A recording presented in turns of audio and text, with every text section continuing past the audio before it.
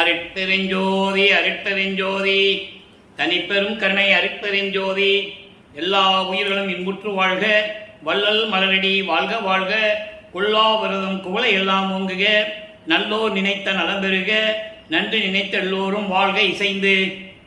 உலக மக்களே, அறிவார்ந்த அன்பர்களே, ஆண்மநேய ஒருமைப்பாடுடைய அன்பர்களே, அருட்பெருஞ்சோதி ஆண்டவருடைய திருவிளையாடலை பார்த்து கொண்டிருக்கிறோம். அருட்பெருஞ்சோதி ஆண்டவர் இந்த பிரபஞ்சத்திலேயே எத்தனையோ திருவிளையாடல்கள் நடத்தியிருந்தாலும் கூட கலியுகத்தினுடைய கடைசி திருவிளையாடல் 1823ஆம் ஆண்டு தொடங்கி 30/1/1874 இரவு 12 மணி வரையிலும் அருட்பெருஞ்சோதி ஆண்டவருடைய திருவிளையாடல் 51 ஆண்டுகள் நடந்து கொண்டிருந்தன. அதற்கு காரணம், இந்த பிரபஞ்சத்தில் தோன்றிய 4 யுகங்களிலுமே, கிரேதயுகம், திரேதயுகம், துவாரயுகம், கலியுகம், 4 யுகங்களிலுமே சமயங்களும் மார்க்கங்களும் மதங்களும் உருவாகி, அந்த சமயங்களை உருவாக்கிய தலைவர்கள், மார்க்கங்களை உருவாக்கிய தலைவர்கள், மதங்களை உருவாக்கிய தலைவர்கள், இவர்களெல்லாம் அவர்கள் கர்த்தாக்களை உருவகப்படுத்தி அவர்களுக்கு ஏற்றபடி ஆலயங்களை அமைத்து வழிபாட்டு முறைகளை அமைத்து மக்களை வழிபட செய்து விட்டார்கள். மக்களும் காலம் காலமாக அதை பின்பற்றி கொண்டு வழிபட்டு கொண்டிருக்கிறார்கள். எல்லாவற்றுக்குமே ஆயுள் காலம் உண்டு. 4 யுகங்களுக்கும் ஆயுள் காலம் உண்டு, முடிவடைந்து விட்டது. இப்போ கலியுகம் முடிந்து நம்ம சதுரயுகம், ஒளி யுகத்தில் இருந்துகிட்டு இருக்கோம், சுத்த சன்மார்க்க காலத்தில் இருந்துகிட்டு இருக்கோம். அப்போ இப்போ இருக்கிற மக்களுக்கு ஒரு ஆன்மீக வழி வேண்டும், ஒரு ஆன்மீக பாதை வேண்டும், அது சமரசமாக இருக்க வேண்டும். உலக மக்கள் எல்லாம் ஒன்றாக இணைந்து இன்புற்று வாழ வேண்டும் என்பதற்காகவே அருட்பெருஞ்சோதி ஆண்டவர் சுத்த சன்மார்க்கத்தை நிறுவி அதை தன் மகன் கையில் ஒப்படைத்து உலக மக்களை எல்லாம் சுத்த சன்மார்க்கத்தில் சேர்த்து எல்லாரும் இன்புற்று வாழ வேண்டும் என்பதற்காகவே தனது மகனை, தனது செல்வ பிள்ளையை ஒரு தாயின் வழியாக இந்த பூலோகிற்கு வருவிக்க செய்தார். அப்படி வருவிக்க செய்த இடம் மருதூர். ராமையா பிள்ளை, சின்னையம்மர் என்ற தம்பதிகளினுடைய வாழ்விலே வளர்ப்பமானவர்கள் வருவிக்க உற்றார். நல்ல கவனிச்சு, பிறந்தாருன்னு சொல்லக்கூடாது, அவதரித்தாருன்னு சொல்லக்கூடாது. அவர்களுக்கெல்லாம் பிறப்பு இறப்பு உண்டு. இவர் வருவிக்க உற்றவர், ஒவ்வொரு யுகத்திலேயும் இருந்தவர் என்பதை திருவட்பாவிலே பாடல் மூலம் நாம் பார்த்து கொண்டிருக்கிறோம். ஏன் வருவிக்க உற்றார் என்பதை வல்லப்பமானவர்களே திருவட்பாவிலே அருளியிருக்கிறார்கள். ஆன்ற சன்மார்க்கம் அணிபெற என்னைத்தான் ஈன்று அமுதளித்த இனிய நற்றாயே. சுத்த சன்மார்க்கத்தை உலக மக்களிடம் தெரிவிப்பதற்காகவும், சுத்த சன்மார்க்கத்தை உலக மக்களையெல்லாம் சேர்த்து உலக மக்களால் இன்புற்று வாழ வேண்டும் என்பதற்காகவே என்னை இறைவன் வருவிக்க உற்றார், நான் வருவிக்க உற்றேன் என்று கூறுவார். அகத்தை கருத்து புறத்தை வெளுத்திருந்த உலக அனைவரையும் சகத்தை திருத்தி சன்மார்க்கத்தை அடைவித்திட அவரும் இகத்தே பரத்தை பெற்று மகிழ்ந்திடுவதற்கென்றே என்னை உகத்தே இறைவன் வருவிக்க உற்றேன், அருளை பெற்றேனே என்று கூறுவார். ஆக சுத்த சன்மார்க்கத்தை பெற்றுக்கொண்டு எப்படியெல்லாம் அருட்பெருஞ்சோதி ஆண்டவர் தனது மகனுக்கு அருளை கொடுத்தார் என்பதையும், அதற்கு முன்னால் இவர் வருவிக்க உற்ற ஆண்டிலிருந்து சமயங்களிலும் மதங்களிலும் மார்க்கங்களிலும் எப்படியெல்லாம் இருந்தார் என்பதையும் திருவட்பாவிலே ஒவ்வொரு திருமுறையிலிருந்தும் ஒவ்வொரு பதியத்தில் இருக்கின்ற பாடல்களில் இருந்தும் நாம் பார்த்து கொண்டிருக்கிறோம். இறைவனுடைய திருவிளையாடல் தொடங்குகிறது. ஒரு தாயின் கருவறையிலே தனது மகனை இருக்க வைத்து அந்த கருவறையிலே தன் மகனுக்கு தேவையானதை எல்லாம் அருளமுதத்தை எல்லாம் ஊட்டி வருவிக்க செய்தார் அருட்பெருஞ்சோதி ஆண்டவர். வருவிக்கற்ற 1ஆம் ஆண்டிலிருந்து 8 ஆண்டுகள் வரையிலும் தன் மகனுக்கு எந்த விதமான ஒரு அருளையும் கொடுக்கவில்லை. 51 ஆண்டுகள் திருவிளையாடல்களை 8 பிரித்து தனது மகனுக்கு அருளை கொடுத்து கொண்டிருக்கிறார் அருட்பெருஞ்சோதி ஆண்டவர். முதல் 8 வருடத்திலையும் எந்த விதமான ஒரு நிலையும் அவருக்கு ஏற்படவில்லை. அப்போ நம்ம குழந்தை இறைவன் பிள்ளை பெருமான் அவர்கள் அவருடைய மனநிலை ஒரு நிலையில் இல்லாமல் பள்ளிக்கூடம் செல்லவில்லை, பாடசாலைக்கு செல்லவில்லை, யாரிடமும் ஆசிரியராக ஏற்றுக்கொண்டு கல்வி கற்கவில்லை, யாரையும் குருவாக ஏற்றுக்கொண்டதில்லை. இவர் வருவிக்கூற்ற பிறகு அவருக்கு மறைப்பு நிலையை உருவாக்கி கொடுக்கிறார், மறைப்பு நிலையை உருவாக்குகிறார் அருட்பெருஞ்சோதி ஆண்டவர். அவருக்கு என்ன நடக்கிறதுனே தெரியாதப்போ இந்த நிலையில் இருக்கும்போது 9ஆவது ஆண்டிலே இறைவன் வந்து தன் மகனை ஆட்கொள்ளுகிறார். அதை திருவட்பாவிலே கூறுகிறார். ஆரோடு 3ஆவது ஆண்டிலே என்னை ஆட்கொண்ட அருள்கடலை என்று கூறுவார். அப்படிப்பட்ட 9வது ஆண்டிலே, அதாவது 2வது எட்டில் இருக்கும்போது தன் மகனை ஆட்கொண்டு, என்னால் வருவிக்க உற்றவன் மகனை, நீ உனக்கு முன்பருவம் பின்பருவம் காட்டி அருள் செய்வேன் என்று கூறி ஞானத்தை கொடுத்துவிட்டு மறைந்து விடுகிறார். நமது பிள்ளை பெருமான் அவர்கள் ஞானத்தை பெற்றுக்கொள்கிறார்.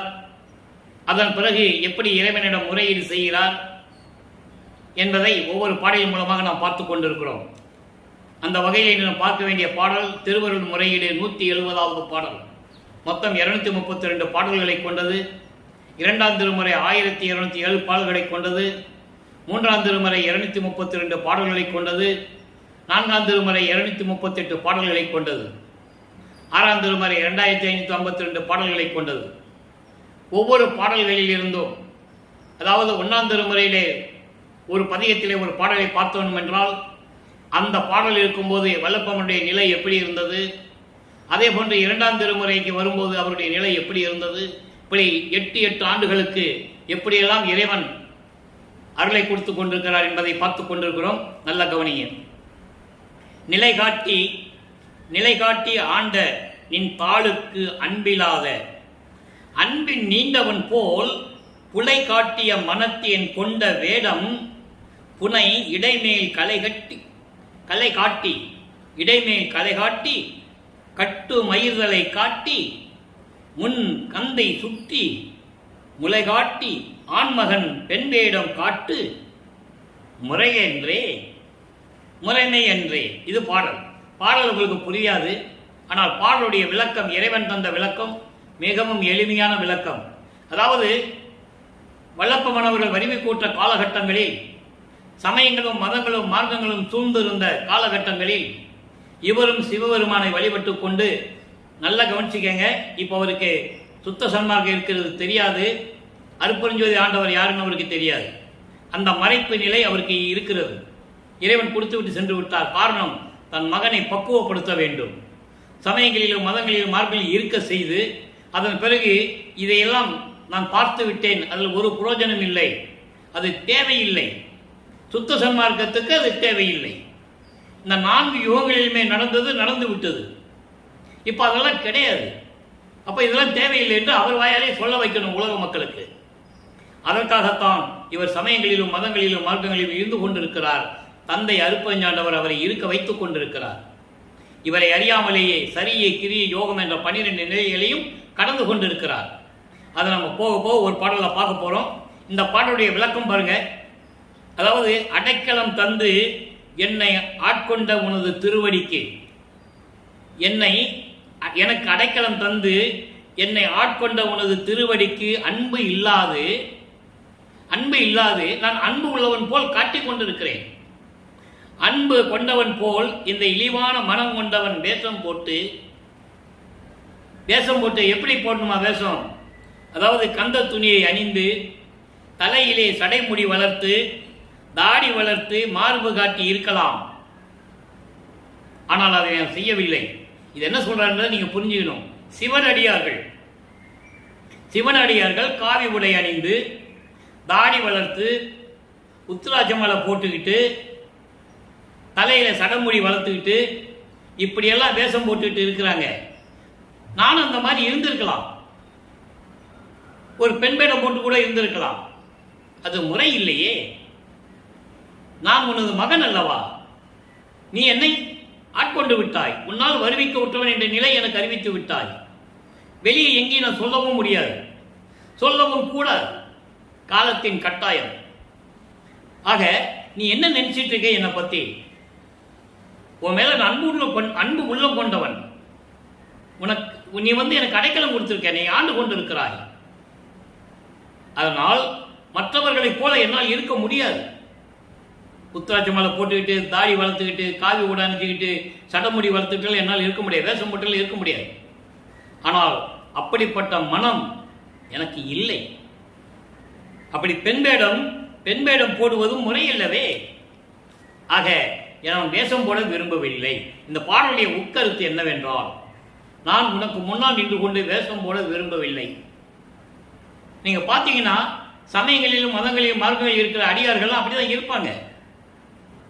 தாடி வளர்த்துருப்பாங்க, காவி உடை அணிந்திருப்பாங்க, உத்திராட்ச மாலை போட்டிருப்பாங்க, உடம்பெல்லாம் திருநீர் பூச்சிருப்பாங்க. அப்படி செய்ய எனக்கு விருப்பம் இல்லை, எனக்கு இஷ்டமும் இல்லை. எனக்கு விரைவில் வந்து எனக்கு அருள்வாயாக என்று சொல்லி இந்த முறையீடு செய்கிறார். இப்போ முறையீடு செஞ்சாச்சு. அதன் பிறகு 13வது ஆண்டிலே இவருக்கு ஞானம் கிடைச்சிருச்சு. அதுக்கு பிறகு திருவொற்றியூர் போறார். திருவொற்றியூருக்கு போகும்போது பதிகங்கள் 2ஆம் திருமுறை உருவாகிறது. மொத்தம் 113 பதிகங்கள். அதில் இப்போ நம்ம இதுவரைக்கும் 18 பதிகங்களை பார்த்துருக்கோம். 18 பதிகங்களிலேயும் இவர் திருவொற்றியூருக்கு போகிறது, அதுக்கப்புறம் எந்த பிரயோஜனம் இல்லை. திருமுல்ல வாயிலுக்கு போய் மாசிலாமணி மாசிலாமணின்னு மனம் உருகி பாடுறது, முறையீடு செய்கிறது. அதுக்கப்புறம் திருவிழித்தாயத்துக்கு போகிறது, அங்கேயும் மனம் உருகி பாடுறது, எந்த விதமான பலனும் கிடைக்கவில்லை. இதை நம்ம 18 பதிகங்களில் பார்த்துட்டோம். இப்போ 19வது பதிகம் அருள்விடை வேட்கை என்ற பதியத்தை பார்த்துட்டு இருக்கோம். இன்னைக்கு 5வது பாடல். பாடல் எளிமையாக இருக்கும். ஒவ்வொரு பாடலிலும் அருள்விடை வேட்கை என்பது இறைவனிடமிருந்து எப்படியாவது அருளை பெற வேண்டும் என்ற ஒரு ஏக்கம், விருப்பம், தாக்கம் எப்படி வேணால் நம்ம வச்சுக்கலாம். இப்போ அந்த பாடலை பாருங்க. இப்போ வல்லப்பமானவர்கள் 2வது அட்டில் இருந்து கொண்டிருக்கிறார். அதாவது வருவிக்க உற்று 16 ஆண்டுகளுக்குள் இருந்து கொண்டிருக்கிறார். நிறைய வாழ்த்தொண்டர் நீடுற வன் பவம் பறைய நின்ற படம் பக்க நாதரே. இறைவனை படம் பக்க நாதர் என்று சொல்கிறார் சிவபெருமானை. அப்ப சிவபெருமான் தான் இறைவன் என்று வேண்டி விரும்பி வணங்கி கொண்டிருக்கிறார். காரணம், சமயத்தின் தலைவன் சிவபெருமான். அப்ப சிவபெருமான் தான் சைவ சமயங்கள் இருக்கிறவங்க கும்பிடுவாங்க. பல பெயர்கள் உண்டு. ஒவ்வொரு இடத்துக்கும் ஒரு பேர் இருக்கு. வழிபாட்டு முறைகளில் முரண்பாடு இருக்கு, வேறுபாடுகள் இருக்கு, எல்லாம் இருக்கும். படம் பக்க நாதரே என்பது படம் எடுக்கக்கூடிய விஷப்பாம்பை கழுத்தில் அணிந்து கொண்ட இறைவன். திருவொற்றியூரை வச்சு இறைவனிடம் கேட்கிறாரு, உரைய மாணிக்கு உயிர் அளித்திட்ட நீர், உரைய மாணிக்கு உயிர் அளித்திட்ட நீர், குறையிலா ஒற்றி கோயில் கண் உள்ளீரோ. இவருக்கு இறைவன் மேல சந்தேகம் வந்து, நான் இத்தனை வருடங்களாக இங்க வந்துட்டு இருக்கேன், நீ திருவொற்றியூரில் இருக்கிறியா இல்லையான்னு கூட எனக்கு தெரியல என்ற நிலையில் இருந்து கொண்டு தன்னுடைய விண்ணப்பத்தை வைக்கிறார். எப்படின்னா, ஏராளமான தொண்டர்கள், அதாவது அடியார்கள் நீடூழி வாழ வேண்டும் என்பதற்காக, அவர்களின் கொடிய பாவங்களை எல்லாம் நீக்குவதற்காக எத்தனையோ திருவிளையாடல்களை நீ செய்து கொண்டிருக்கிறாய் இறைவனே, அருள் கொண்ட இறைவனே, விஷமுள்ள பாம்பை கழுத்தில் அணிந்து கொண்ட இறைவனே. ஒரு காலத்தில் முன்னாளில் பிரம்மன் வாழ்வதற்காக அவருக்கு உயிர் கொடுத்த நீர் ஏன் சொல்றாருன்னா, இவங்களுக்கெல்லாம் நீ அருளை கொடுத்த இல்லை, எனக்கு ஏன் கொடுக்கலன்னு கேட்கிற. பிரம்மனை ஒரு காலத்தில் அவன் வாழ வேண்டும் என்பதற்காக உயிரை கொடுத்த நீர் எந்த விதமான குறையும் இல்லாத ஒப்பற்ற சூழ்நிலையில் இருக்கின்ற திருவொற்றியூர் கோயிலில் நீ இருக்கையா இல்லையா? அப்படி இருக்கிற மாதிரி இருந்தால் நீ ஏன் என் முன் தோன்றி எனக்கு அருளை கொடுக்கவில்லை என்று கேட்கிறார். இருக்கிறாயா இல்லையா? ஏனென்றால் நான் தினந்தோறும் உன்னை இங்க வந்து வணங்கி கொண்டிருக்கிறேன், விரைவில் வந்து எனக்கு அருள்பாயாக என்று சொல்லி விண்ணப்பம் வைக்கிறார். ஆக வல்லப்பெருமார்கள் வருவிக்க உற்று 16 ஆண்டுகள் வரையிலும் இறைவனிடந்து எந்த அருளை பெற முடியவில்லை என்ற நிலையில் இருந்து கொண்டிருக்கிறார். அதன் பிறகு காலங்கள் உருண்டோடுகிறது. 3வது அட்டில் அடியெடுத்து வைக்கிறார். 24. 17வது ஆண்டிலிருந்து 24 ஆண்டுகளுக்குள் இவர் தினமும் திருவொற்றியூருக்கு போறது, இறைவனை வழிபடுவது, இதனால் ஏற்பட்ட அவமானங்கள் நிறைய சந்திச்சிருக்கிறார். ஏளன பேச்சுகள், அவமானங்கள், பழி சொற்கள் நிறைய தாங்கியிருக்கார். காரணம், வேற வழி இல்லை, வெளியே சொல்லவும் முடியாது. நான் இறைவனால் வருவிக்க விட்ட நிலை அப்போ அவர் சொல்ல முடியாது. அப்போ இந்த ஏளன பேச்சுகளும் தாங்கி கொண்டிருக்கிறார். இப்போ 17வது ஆண்டிலிருந்து 24 ஆண்டுகளுக்குள் என்ன நடந்தது என்பதை 3ஆம் திருமுறையிலிருந்து பார்த்து கொண்டிருக்கிறோம். ஒவ்வொரு பதிகத்திலிருந்தும் 3ஆம் திருமுறையில் இதுவரை 14 பதிகங்களை பார்த்திருக்கிறோம். 14 பதிகங்களிலும் திருவொற்றியூருக்கு செல்லுவது, இறைவனிடம் முறையீடு செய்வது, விண்ணப்பம் வைப்பது, இந்த நிலையில் நீடித்துக் கொண்டிருக்கிறது. நாரையையும் கிளிகளையும் தூது அனுப்புவது இறைவனிடம், எந்த விதமான பதிலும் இல்லை. அதன் பிறகு காட்சி, அற்புத காட்சியில பார்த்தோம், இறைவன் காட்சி கொடுக்கிறது. இந்த நிலை நீடித்துக் கொண்டிருக்கிறது. அதுக்கு பிறகு ஒரு குறைத்தி பெண்ண போய் குறி கேட்க போவார். எந்த விதமான பதிலும் இல்லை. சோலை உருண்டாதானே கூறி சொல்ல முடியும். அதன் பிறகு ஜோதிடம் பார்க்க செல்கிறார். அந்த பதியத்தில் இன்னைக்கு 2வது பாடலை பார்க்க போகிறோம். ஜோதிடம் நாடல் 2வது பாடல் 3ஆம் திருமுறை. நல்ல கவனிங்க. பெற்றி அறியா பிரம்மனுக்கும் பெரிய மாலுக்கும் பெற அறியார் பிரம்மனும் திருமாலும் காண முடியாத இறைவன். தகுதியில்லாத எந்த தன்மையும் தகுதியில்லாத பிரம்மனுக்கும் திருமாலுக்கும் காண முடியாத இறைவன். அதை அடிமொழி பார்க்கவில்லை என்று சொல்லுவார். அதை தான் இங்கே சொல்லுகிறார். பிரம்மன் அன்னப்பறவைகளை எடுத்து இறைவனுடைய முடியை பார்ப்பதற்காக பறந்து செல்லுவதும், திருமால் பன்றி உருவம் எடுத்து திருவடியை பார்க்க பாதாள உலகத்திற்கு செல்லுவதும், சென்றும் அடிமுடியை பார்க்கவில்லை. அப்படிப்பட்ட இறைவன். நெடுமால் பன்றி என நெடுநாள் மேடியும் காண கிடைக்காத பூம்பாதங்கள் என்று சொல்லுவார். அதே மாதிரி பிரம்மனுக்கும் சொல்லுவார். கூத்திடுமவனும் காத்திடுமவனும் புல் விலங்கோடு உருக்கோடு நேடியும் ஏத்திடும் முடியும் கூத்திடும் அடியும் இன்னும் காண்கிறேன் என்று சொல்லுவார். இவர்களெல்லாம் பார்க்க முடியாத இறைவன். அப்படிப்பட்ட இறைவன், பாம்புகளை அணிகலனாக கழுத்தலை அணிந்து கொண்ட இறைவன், கச்சை உடை புனிதர், கந்த துணியை கட்டி கொண்டிருக்கின்ற புனிதமான இறைவன், என்னை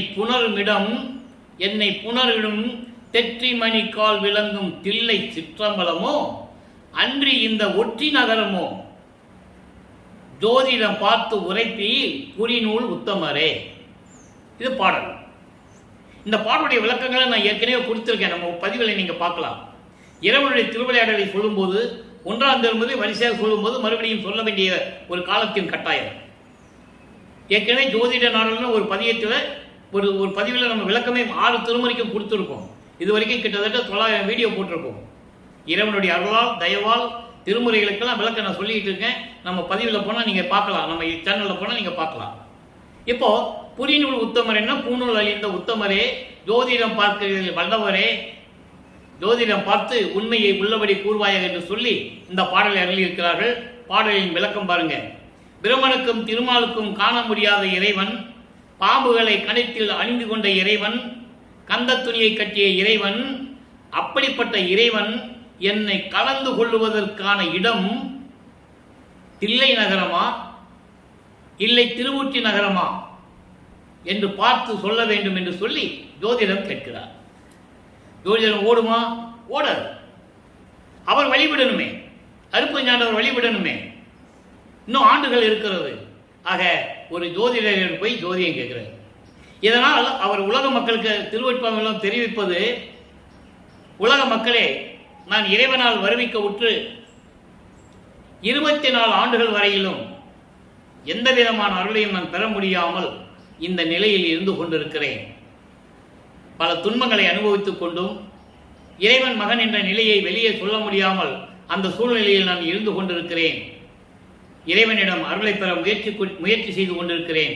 எந்த விதமான அருளையும் பெற முடியவில்லை என்று இதன் மூலம் உலக மக்களுக்கு தெரிவிக்கிறார்.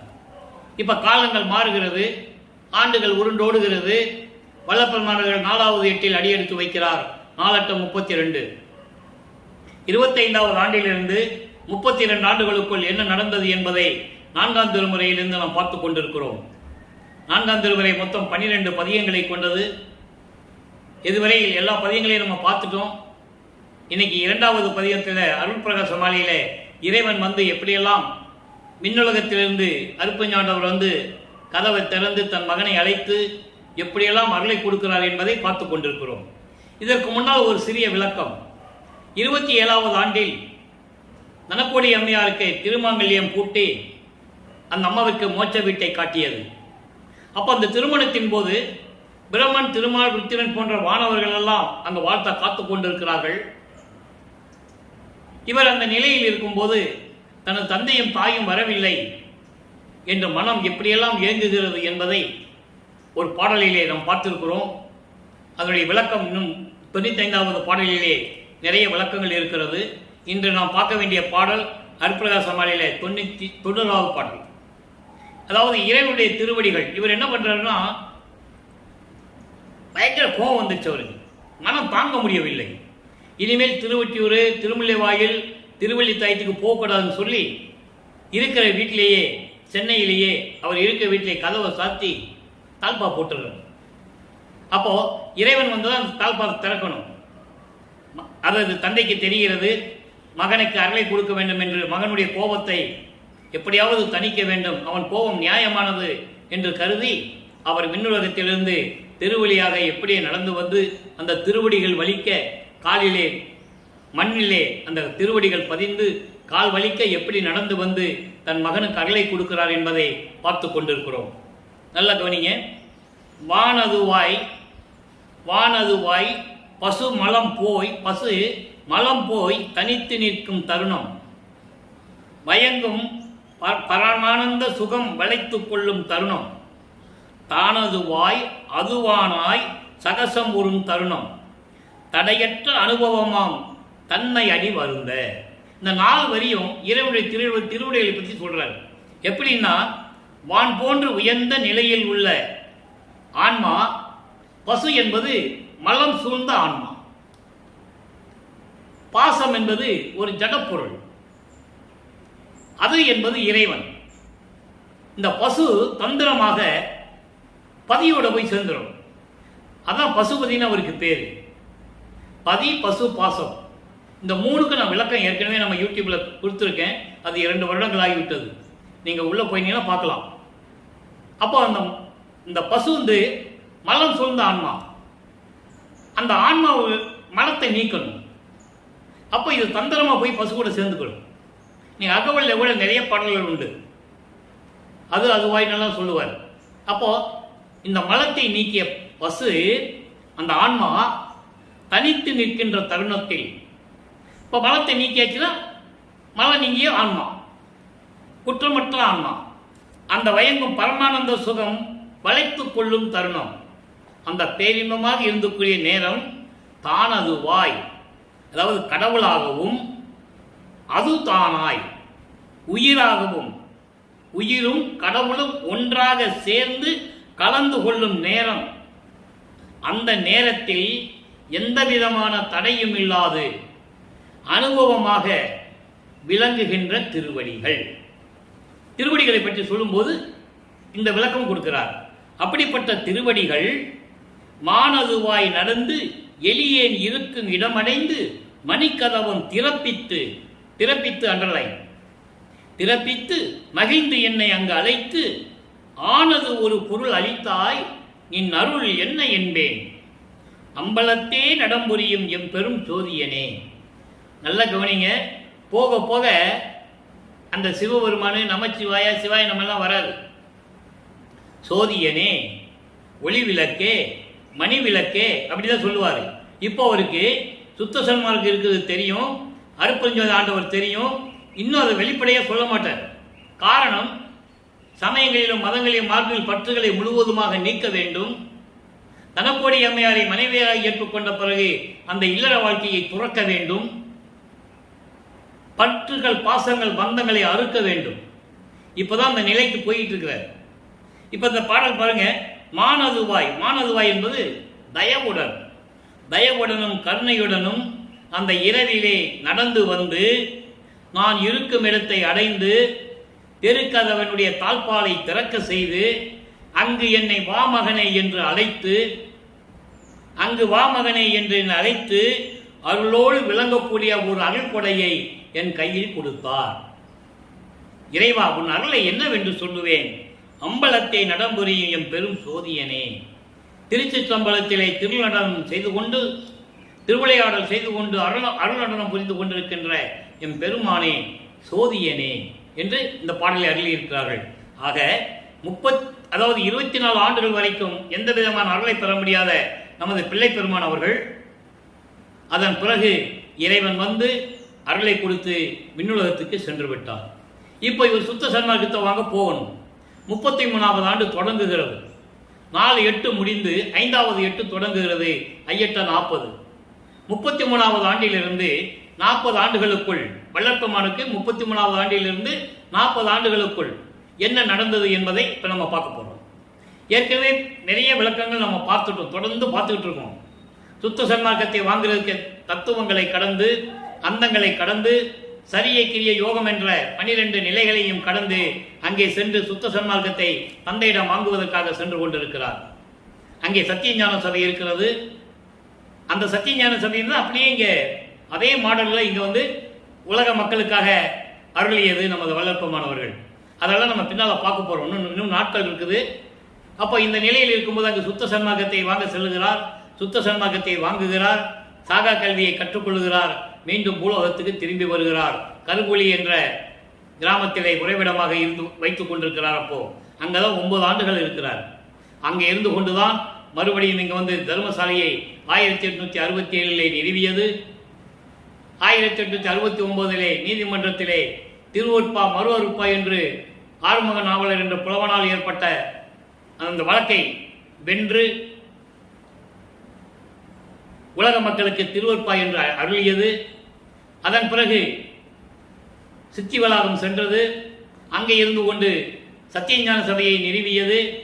இப்படியெல்லாம் நிகழ்வுகள் நடந்து கொண்டிருக்கின்றன. இதுக்கு பின்னால் தான் அது நடக்கும். அது நம்ம பின்னால் சொல்ல போகிறோம். இப்போ 6ஆம் திருமுறை உருவாகிறது. நிறைய பதிகங்களை நம்ம பார்த்துருக்கோம். இன்னைக்கு 82வது பதிகம் அருட்பெருஞ்சோதி அடைவு, 13வது பாடல். அருட்பெருஞ்சோதி அடைவு இறைவனிடமிருந்து எப்படியெல்லாம் அருளை பெற்றுக்கொண்டார், எப்படியெல்லாம் திருவிளையாடல் செய்தார் என்பதை ஒவ்வொரு பதிகத்திலிருந்தும் ஒவ்வொரு பாடலிருந்தும் நம்ம பார்க்க போகிறோம். மன்னியனின் அருள் ஆரமுதம் தந்து வாழ்வித்து நான் உண்ணிய எல்லாம் உதவி என் உள்ளத்திலே தன்னியலாக்கி கலந்து இத்தருணம் தயவு செய்தாய்.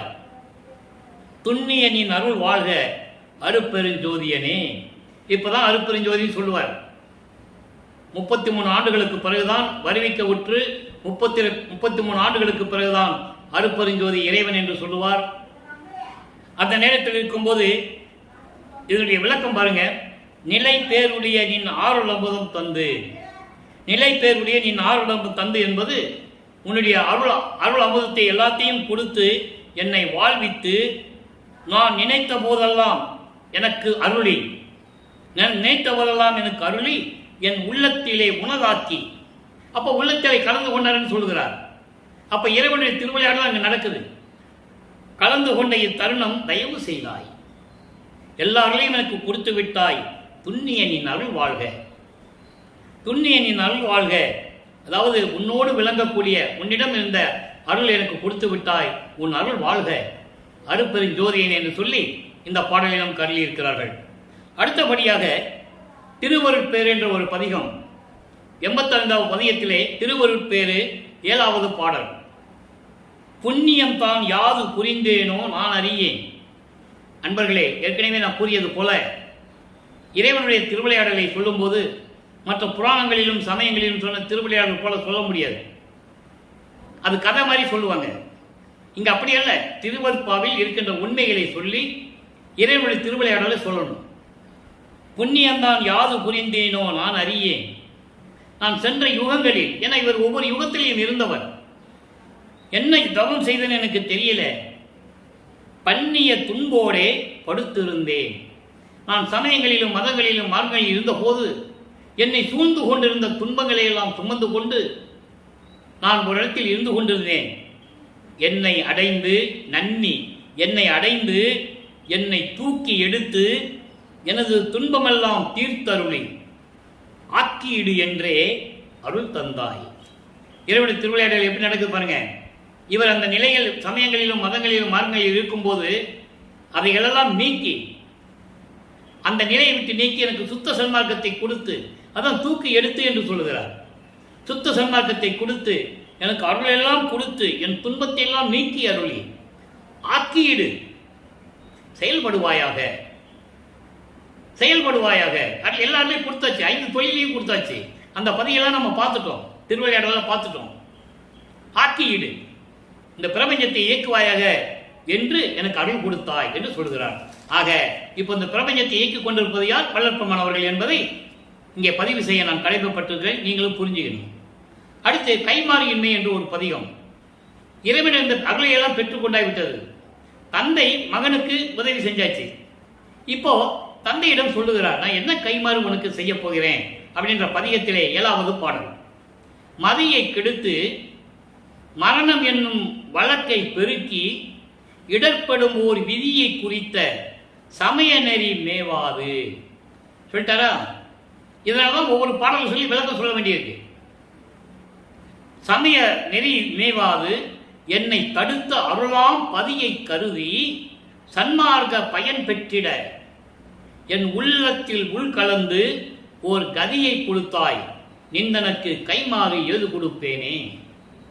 உன்னாலே இந்த மண்ணுல இருக்க ஒரு தாயின் வழியாக வருவிக்க உற்று சமயங்களிலும் மதங்களிலும் மார்க்க நெறிகளை பின்பற்றி கொண்டு நான் என்னுடைய அறிவை எல்லாம் கெடுத்து மரணத்தை எப்படி போக்குவது என்ற நிலை தெரியாமல் இருந்தபோது துன்பப்படும் ஒரு விதியை குறித்த சமய நெறிகளுக்கு என்னை வந்து அடையாமல் மேவாது, மீண்டும் என்னை வந்து அடையாமல் என்னை தடுத்த அருளாம் பதியை, என்னை தடுத்த அருளுடைய அருப்பெருஞ்சோதி ஆண்டவரை நினைத்து சன்மார்க்க பயன் பெற்றிட, சன்மார்க்கனுடைய பலன்களையெல்லாம் பெற்றிட என் உள்ளத்தில் கலந்து ஓர் அடைக்கலம் கொடுத்தாய். இதுக்கு நான் என்ன கைமாறு செய்ய போகிறேன் என்று சொல்லி இந்த பாடலை நமக்கு அருளியிருக்கிறார்கள்.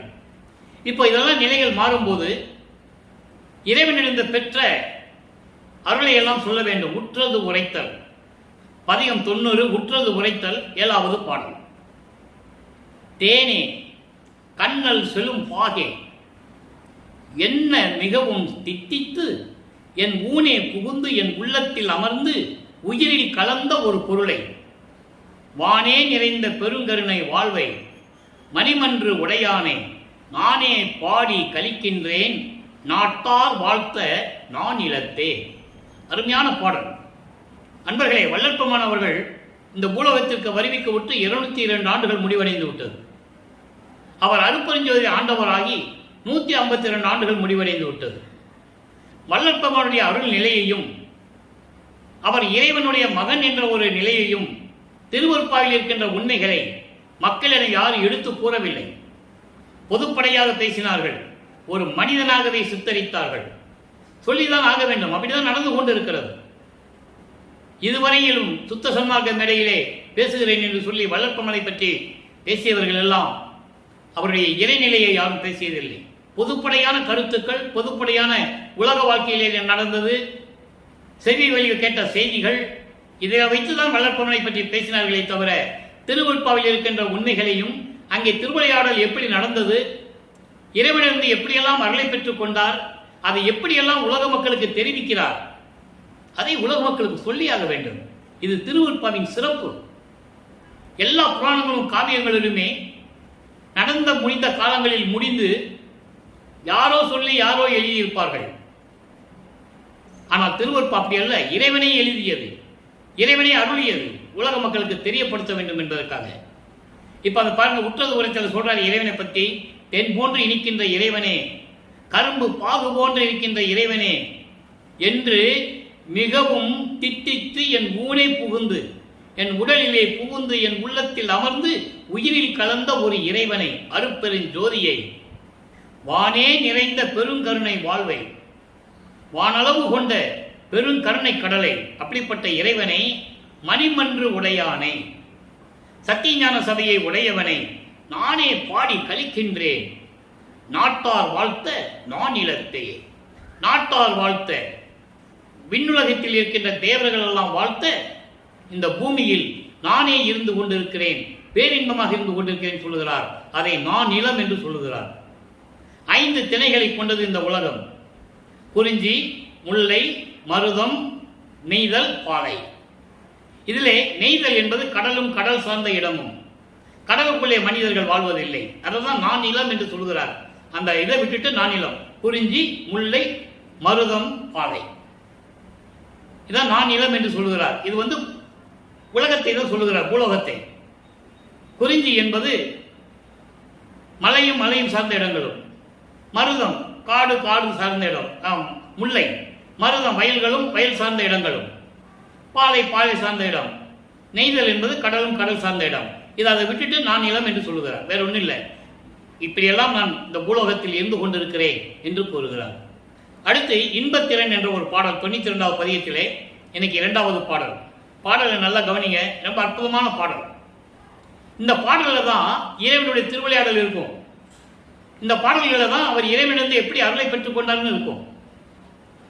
மா தவத்தால் நான் பெற்ற வானமுதே எனது வாழ்வே, என் கண்ணமர்ந்த மணியே என் மகிழ்வே, போ தவத்தால் கழித்தேனை வலிந்து கலந்து ஆண்ட பொன்னே, பொன்னம்பலத்தே புனித நடத்தரசே. இறைவனை போற்றுகிறார். அதுக்கு அடுத்துதான் சொல்லுவார் பாருங்க, தீ தவத்தை பிறப்பிதுவே சிவமாக்கும் பிறப்பா செய்வித்து என் அவத்தையெல்லாம் தீர்த்த பெரும்பொருளே, பூதலத்தை அடிச்சிறியேன் எனது திருவடிக்கே புகழ் மாலை சூட்டுகின்றேன் புனைந்து கலந்து அருளே. பாடல். இந்த பாடலுடைய விளக்கம் பாருங்க. அதாவது என்னுடைய மா தவத்தால் சுத்த சன்மார்க்கத்தை பெற்றதனால் நான் பெற்ற வானமுதே, எனது வாழ்வே, என் கண்ணில் அமர்ந்த இறைவனே, என் பேரின்பமான இறைவனே, இதெல்லாம் சொல்லிட்டு போதவத்தால் கழித்தேனை வலிந்து கலந்து ஆண்ட பொன்னே. போதவம் என்பது வீணானது. சமயங்களிலும் மதங்களிலும் மார்க்கங்களிலும் நான் காலத்தை கழித்துக் கொண்டிருந்த போது தானாக வலிந்து வந்து என்னை ஆண்ட பொன்னான இறைவனே. ஆக சமயங்களிலும் மதங்களிலும் மார்க்கங்களில் இருக்கிறதே அவர் கூறுகிறார். ஏன்னா அந்த காலகட்டத்தில் அவர் இந்துதான் ஆக வேண்டும். அப்படியெல்லாம் இருந்த என்னை வலிந்து கலந்து ஆண்ட இறைவனே, பொன்னம்பலத்தை புனித நடத்தரசே. பொன்னம்பலம் என்பது பொற்சபை.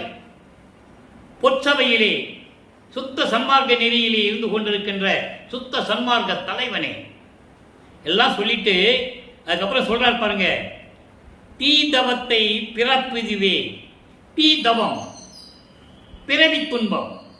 அந்த பிறவி துன்பத்தை நீக்கி சிவமாக்கும் பிறப்பா செய்வித்து, சிவமாக்கும் பிறப்பா செய்வித்து மரணம் இல்லாமல் சிவமாக்கும் கடவுள் நிலையை அடையக்கூடிய, மரணம் இல்லாமல் இருந்தால் தான் கடவுள் நிலையை அடைய முடியும். கடவுளுக்கு மரணம் கிடையாது. நல்லா புரிஞ்சுக்கணும். அதனால இதை குறிப்பிடுகிறார்.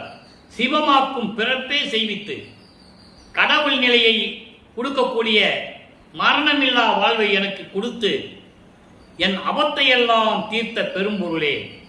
என் அவத்தையெல்லாம் தீர்த்த பெரும்பொருளே என்று சொல்லுகிறார். அவத்தை என்பது பிறப்பு இறப்பு என்ற ஒரு அவத்தை. 7 கடல் அவத்தை என்று சொல்லுவார். 7 கடல் அவத்தை விட்டு நீங்கினே ஏறினே மேல்நிலை. ஊழிதோறும் ஊழி உயிர்தலைத்து ஓங்கினன் ஆழியான் அயனும் அதிசயத்திட என்னுள் வாழி மன்றோங்கும் அருப்பெருஞ்சோதி மன்னவே என்று சொல்லுவார். இந்த 7 கடல் அவத்தை இங்கு குறிப்பிடுகிறார். 7 கடல் அவத்தை என்பது 7 வகையான பிறப்பு இறப்புகள். அதை அகவலிலே கூறுவார். ஊர்வன, பரப்பன, உருவன, நடப்பன. ஆறுற காத்தொருள் அருப்பெருஞ்சோதி. ஊர்ந்து செல்லக்கூடிய உயிரினங்கள், பறந்து செல்லக்கூடிய உயிரினங்கள். உருவன என்பது தாவரங்கள். நடப்பன என்பது நடந்து சொல்லக்கூடிய உயிரினங்கள். இது இல்லாமல் தேவர்கள், அரக்கர்கள், மனிதர்கள். 4, 3, 7 அந்த அவத்தை இங்க சொல்றார். இதில் எந்த விதமான பிறப்பும் இறப்பும் எனக்கு இல்லை என்று கூறுகிறார். அப்ப இறைவனுடைய திருவிளையாடல் இங்க சொல்றாரு. அதையெல்லாம் தீர்த்து, தீர்த்துன்னு சொல்லும்போது அங்கே இறைவன் திருவிளையாடல் நடக்குது. தீர்த்து என்னை ஆண்ட பெரும் பொருளே, பெரிய பொருளே, அருப்பெருஞ்சோதியே, ஆதியும் அந்தமெல்லாம் தோன்றிய அருப்பெருஞ்சோதியே, சுயமாக தோன்றிய இறைவனே. அப்படிப்பட்ட இறைவன் இந்த பூலோகத்திலே என்னால் வருவிக்க செய்து இங்கே உன் திருவடிக்கே புகழ் மாலை சூட்டுகின்றேன். என் புகழ் மாலையெல்லாம் ஏற்றுக்கொண்டு எனக்கு அருள வேண்டும் என்று சொல்லி இந்த பாடலை அருளியிருக்கிறார்கள். ஆக இறைவனுடைய திருவிளையாடல் எப்படி நடந்தது, எப்படி ஆட்கொண்டார், இவர் எப்படி அருளை பெற்றுக் கொண்டார் என்பதை இந்த பாடலில் நாம் பார்க்கிறோம். அதுக்கடுத்து ஒரு பதியம் பாருங்க, அற்புதமான பாடல். 94வது பதியம், அழிவுறா அருள் வடிவ பேரு, 1வது பாடல். இப்ப இங்க சொன்னார்ல, எனக்கு சிவமாகும் பிறப்பா செய்வித்து, அதை இந்த பாடலிலே கூறுகிறார். ஒவ்வொரு பாடலுக்கும் ஒரு தொடர்பு உண்டு நண்பர்களே. அதாவது 92வது பதியத்திலே இருக்கின்ற பாடலுக்கு 94வது பாடத்திலே அந்த பதியத்தில் இருக்கின்ற பாடல்ல பதில் இருக்கும். சிவம் கனந்த சிற்றம்பலத்து. சிவம் கனிந்த சிற்றம்பலத்து. சிவம் என்பது அருள் நிறைந்தது, அருட்பெருஞ்சோதி. சிவம் கனிந்த அருள் நிறைந்த சிற்றம்பலத்திலே அருள் நடம் செய்கின்ற பெரு வாழ்வே. அங்கே இருந்து கொண்டு திருவிளையாடல் செய்து கொண்டிருக்கின்ற பெரு வாழ்வே. நவம் கனிந்த மேல்நிலை நடுவிலங்கிய நண்பனே. இறைவனை நண்பன் என்று குறிப்பிடுகிறார். நவநிலைகளுக்கு மேல் இருக்கக்கூடிய நிலைகளிலே விளங்கிக் கொண்டு அங்கே இருக்கின்ற நண்பனே, அடியேந்தன் தவம் கனிந்த ஓர் விண்ணப்பம். தவம் கனிந்த விண்ணப்பம் என்பது பணிவான விண்ணப்பம். பணிவான விண்ணப்பம் சொல்லிட்டு சொல்றாரு, திருசெவியை தரித்து அருள் புரிந்தாயே. நான் சொல்லுகின்ற விண்ணப்பங்களை கேட்டு எனக்கு நீ எல்லாம் அருளை கொடுத்து விட்டாய். பவம் கனிந்த இவ்வடிவமே, பவம் கனிந்த இவ்வடிவமே. உன்னால இந்த மண்ணுலைக்கு வருவிக்க உற்று எடுத்த இந்த மனித பிறவி இருக்கே, மானிட உடம்பு, இந்த உடம்பை அழிவுறா பதிவடிவமாறே. எப்படி நீ எனக்கு அறிவுரிந்தாய்? என்னை வருவிக்க செய்து மானிட பிறவி எடுக்க வைத்து இந்த உடம்பை உன் உடம்பாக்கினாயே. அழிவுறா பதிவடிவம், இறைவன் வடிவம், இறைவனுடைய தேகம், முத்தேகம், சுத்த தேகம், புரண தேகம், ஞான தேகம். உன்னுடைய வடிவத்தை எனக்கு கொடுத்தாயே என்று கூறுகிறார். இதான் அழிவுறா வடிவப்பேறு. அடுத்த பதியத்தில் சொல்வார் பாருங்க, 95வது பதியத்தில் அடுத்த பதியத்திலே சொல்லுவாரு, பேரருள் வாய்மையை உரைத்தல். பேரருள் வாய்மை. பேரருள் வாய்மை என்பது இறைவனுடைய பேரருடைய உண்மையை சொல்லுதல். இறைவனுடைய உண்மையை சொல்லுதல். பாருங்க, நன்றே தரும் திருநாடகம். இதெல்லாம் இறைவனுடைய திருவிளையாடலை ஒவ்வொரு பாடல் மூலமாக சொல்லிக் கொண்டிருக்கிறார் நமது இறைவன் வல்லப்பெருமானவர்கள். நன்றே தரும் திருநாடகம் நாடுதோறும் ஞானமணி மன்றே விளங்க புரிகின்ற ஆனந்த வார்கலலோய். மன்றே விளங்க புரிகின்ற ஆனந்த வார்கலலோய். இன்றே அருட்பெருஞ்சோதி தந்து, இன்றே அருட்பெருஞ்சோதி தந்து ஆண்டு அருள் எய்து கணம் ஒன்றே எனினும் பொறேன் அருள் ஆணை உரைத்தேனே. இது பாடல். அந்த பாடல் என்ன சொல்றாரு பாருங்க, அதாவது நன்மைகளையே தரும் திருவிளையாடலை நான் விரும்பும் போதெல்லாம், உன்னுடைய திருவிளையாடல்களை நான் விரும்பும் போதெல்லாம் சத்திய ஞான சபையிலே இருந்து புரிகின்ற பேரின்பமான இறைவனே, இந்த காப்புன்னு சொல்றாரு, கலலோய் வார்கலலோய்ன்னு சொல்றாரு. அதாவது காப்பு அணிந்த திருவடிகளை உடைய இறைவனே என்று சொல்லுகிறார்.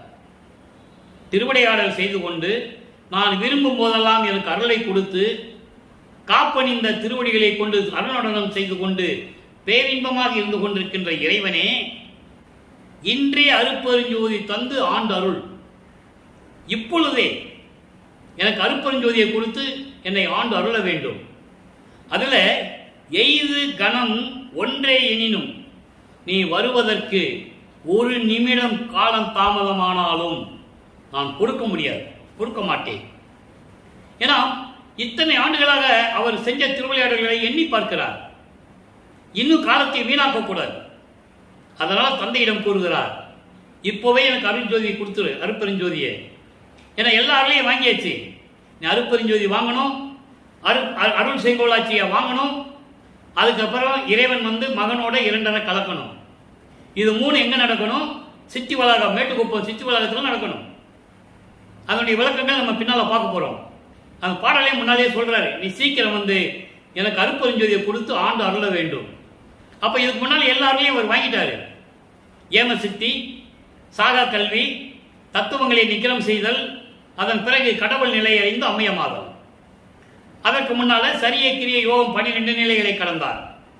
13வது நிலை திரையோதச நிலை. அதுதான் ஞான சரியை உருவாகுது. ஞான சரியை, ஞான கிரியை, ஞானத்தில் யோகம், ஞானத்தில் ஞானம்.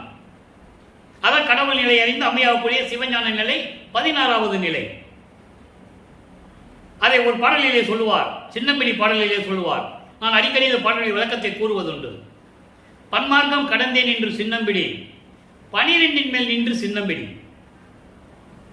சன்மார்க்கமே மார்க்கம் என்று சத்தியம் சொல்லுகின்றேன் சின்னம்பிடி, இப்படிலாம் சொல்லுவார். அந்த 12 நிலைகளை சரியில 4, கிரியில 4, யோகத்தில் 4, முன்னாங்க 12. இந்த 12 நிலைகளும் சமயங்களும் மதங்களும் மார்க்கங்களை சார்ந்தது.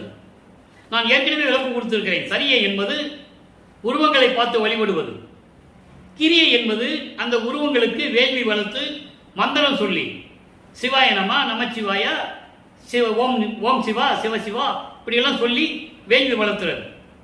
யோக நிலையில் இருந்து கொண்டு சமய வழிபாடுகளை, சமய சங்கற்ப விருப்பங்களை மேற்கொண்டு வழிபடுவது. இந்த 12 நிலைகளும் சுத்த சன்மார்க்கத்தில் கிடையாது. சுத்த சன்மார்க்கத்தில் இருக்க வேண்டும் என்றால் சுத்த சன்மார்க்க தனி நெறிகள் உண்டு. இறைவனுக்கு உருவம் இல்லை, ஜோதி வடிவம். சிவபெருமான் மாதிரி கொண்டையில கங்கையை வச்சுக்கிட்டு பிரசந்தனம் சூடிக்கிட்டு கழுத்துல பாம்பு அடிச்சுட்டு கையில சூழாயுத வச்சுட்டுலாம் அருப்பஞ்சோண்டர் இருக்க முடியாது. நீங்க அங்க இருந்தீங்கன்னா, சமயங்களிலும் மார்க்கங்களிலும் மதங்கள் இருந்தீங்கன்னா, அது சொல்லப்பட்ட சங்கற்ப விருப்பங்கள் என்னமோ நீங்க பண்ணிக்கலாம். அது உங்களுடைய சுதந்திரம் சொல்ற. நீங்களா சுத்த சன்மார்க்கத்தை புரிந்து வர வேண்டும். சுத்த சன்மார்க்கத்துக்கு வரும்போது அதெல்லாம் இருக்கக்கூடாது. அந்த சங்கற்ப விருப்பங்கள் இருக்கக்கூடாது, குறியீடுகள் இருக்கக்கூடாது. தெளிவா சொல்றாரு. உத்தரஞான சிரமம் மாலைன்னு ஒரு மாலை, ஒரு 94 பதியம் இருக்கு. அதை நம்ம விடுபட்டு தான் இப்ப நம்ம வந்திருக்கோம். அதை இன்னும் சொல்லலை. அது சொல்ல வேண்டிய காலத்தின் கட்டாயம் நீ இருக்கு. அது சொல்லும்போது கரெக்டா சொல்லணும். 2ஆம் திருமுறையில் ஒரு பதியம் இருக்கு. அந்த பதியம் வரும்போது அந்த பதியத்தோட இது லிங்க் ஆகும். அதே சொல்லுவாரு, ஒத்தாரும் இழிந்தாரும். இழிந்தார் என்பது கேவலமானவங்க, ரொம்ப கீழ்த்தரமானவங்கள் அர்த்தம் கிடையாது. ஒத்தார் என்பது சுத்த சன்மார்க்கத்தை சேர்ந்தவர்கள். இழிந்தார் என்பது சமயங்களும் மதங்களும் மார்க்கங்களை சேர்ந்தவர்கள். எல்லாருமே கோயிலுக்கு வருவாங்க. நீ நேர்கண்டு தெளிவா சொல்லுவார். அதை நீ பார்க்கணும், ஏமாத்துவான். சுத்த சன்மார்க்கத்துக்கும் எல்லாருமே கோயிலுக்கு வருவாங்க. ஆனா நீ நேர்கண்டு உவக்க சுத்த சன்மார்க்கத்துக்கு வரவனுக்கு மட்டும் அகலக்கூடுன்னு சொல்லுவார். அதெல்லாம் விளக்கங்கள் இருக்கு, யாரும் மறுக்க முடியாது. அதை நம்ம பின்னால பார்க்க போறோம். அதனால 94வது அந்த பதியத்தை விட்டுட்டு மற்ற பதியத்தை நம்ம சொல்லிட்டு இருக்கோம். ஏன்னா அதுக்கு பதியம் சொல்லணும். அதுக்கு தேவையான 2வது பதியத்துல ஒரு பதியம் இருக்கு. அது வரும்போது இதை சொல்லுவேன். அப்ப இந்த மாதிரி நிலையில் இருக்கும்போது அருட்பெருஞ்சோதி கொடுத்து நீ எனக்கு ஆண்டு அருள வேணும்னு சொல்லுகிறார். அதான் பாக்கி இருக்கு. அதனால இது கேட்கிறார். ஏன்னா ஆண்டுகள் உருண்டு ஓடிக்கொண்டு இருக்கிறது. இனி 9 வருஷம் தான் பாக்கி இருக்கு. 51 வருஷத்துல 42 ஆண்டுகள் முடிஞ்சிருச்சு. வருவிக்க விட்டு 42 ஆண்டுகள் முடிஞ்சிருச்சு. இன்னும் 9 ஆண்டுகள் தான் இருக்கு. அதனால அவர் கேட்கிறார், அருட்பெருஞ்சோதியை கொடுத்துரு, திருவருள் செங்கோலிச்சு கொடு, என்னோட வந்து கலந்து போ அப்படின்லாம் சொல்லுவார். அந்த விளக்கம் நம்ம பின்னால பார்க்க போறோம். அதுக்கு நீ வருவதற்கு 1 நிமிடம் தாமதமாக கூட என்னால் பொறுக்க முடியாது சொல்றேன்.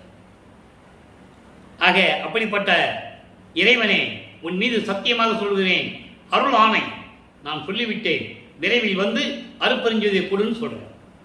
அடுத்து இறுதியாக ஒரே ஒரு விளக்கம். மெய்யருள் வியப்பு 96வது பாடல் 112வது பதிகம். அன்றே என்னை அடியனாக்கி ஆண்ட ஜோதியே, அதன் பின் பிள்ளையாக்கி. நல்லா கவனிக்கணும். இறைவனுடைய திருவிளையாடல இந்த 4 வரியில சொல்றாரு. பிரபஞ்சத்தின் உண்மையை சொல்றாரு. அதன் பின் பிள்ளையாக்கி அருள் இங்கு அளித்த ஜோதியே, நன்றே மீட்டும் நேயனாக்கி நயந்த ஜோதியே, நானும் நீயும் ஒன்று என்று உரைத்து நல்கும் ஜோதியே. இந்த விளக்கம் பாருங்க. இந்த விளக்கத்தை சொல்லணும்னாலே 1 மாசம் சொல்லலாம். சுருக்கமா சொல்றேன். அன்றே என்னை அடியனாக்கி. இதை ஒரு பாடலிலே சொல்வார் 4ஆம் திருமுறையிலே. ஏனாவான் எனினும் யான் அம்மையை நின் அடியேன் என அறிந்தேன், இதயம் மலர்ந்தேனே. வல்லப்பெருமான் அவர்கள் இந்த பூலோகத்துக்கு வரைக்கும் முன்பு அவருக்கு மறைப்பு நிலை இருக்கிறது.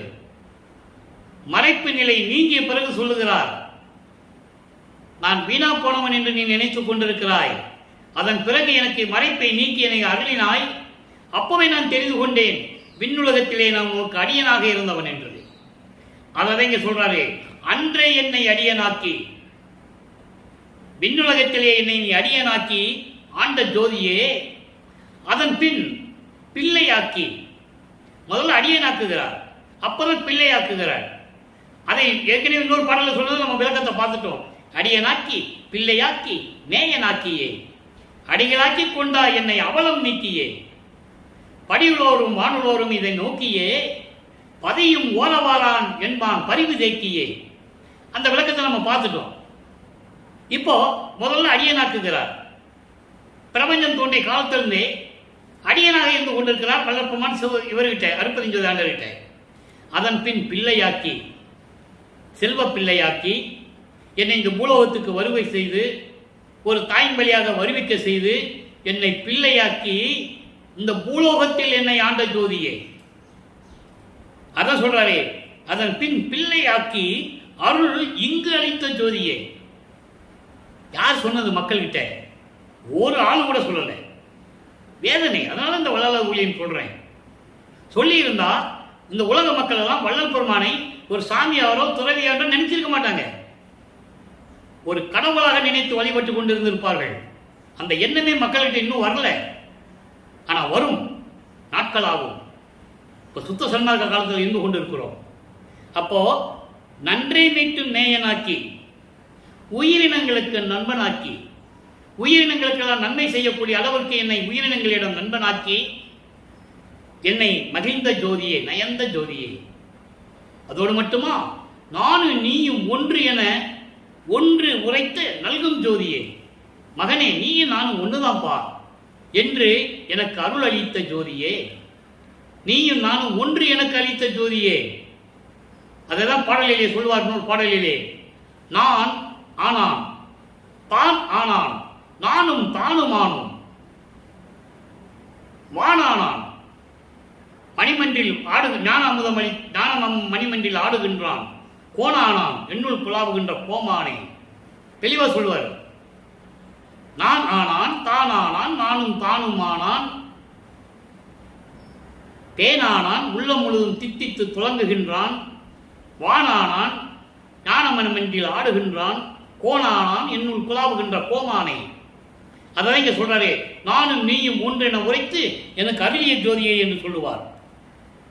ஆக வல்லப்பெருமான் அவர்கள் இறைவனுடைய திருவிளையாடலை மட்டும் கூறுவதும் அல்லாமல் இறைவனுடைய மகனாக இருந்து இந்த பூலோகத்திற்கு வந்து சமயங்களிலும் மதங்களிலும் மார்க்கங்களிலும் ஈடுபட்டு கொண்டிருந்த போது தன் மகனை அங்கிருந்து விளக்க செய்து சுத்த சன்மார்க்கத்தை கொடுத்து, ஏன்னா அதை சொல்லணும் மக்கள்கிட்ட.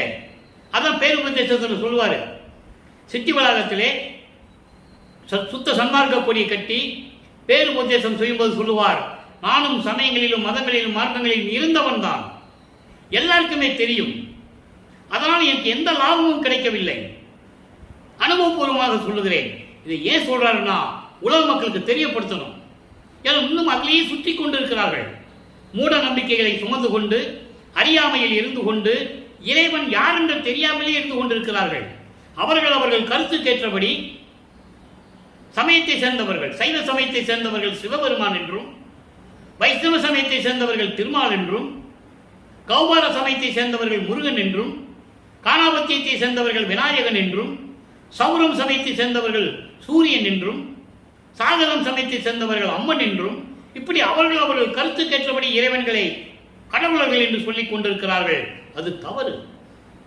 இறைவன் வருகின்ற அருட்பெருஞ்சாண்டவர் வருகின்ற நேரம் வந்துவிட்டது. சுத்த சன்மார்க்க காலத்தில் இருந்து கொண்டிருக்கிறோம். நான் அதையெல்லாம் விட்டுட்டு வந்த பிறகுதான் எனக்கு இந்த லாபம் கிடைத்தது. அதனால் நீங்களும் உலக மக்களே அங்கேயும் இங்கேயும் சென்று எங்கேயும் அலையாதீர்கள். இறைவன் அருட்பெருஞ்சோதி ஆண்டவர், அவர் இயற்கை உண்மை விளக்க கடவுள். உண்மையான இறைவனை பற்றி தெரிந்து கொள்ளாமல் இருந்து கொண்டிருக்கிறீர்களே என்றுதான் நான் வருந்துகிறேன். ஏன்னா இதை சொல்றதுக்கு தான் வருவிக்க விட்டவர். வருவித்த வண்ணமும் நானே, இம்மாநிலத்தே அவன் அருளால் ஆங்காங்கே நான் நடிக்கின்றேன் என்று சொல்லுவார், கழித்து நடிக்கின்றேன் என்று சொல்லுவார்.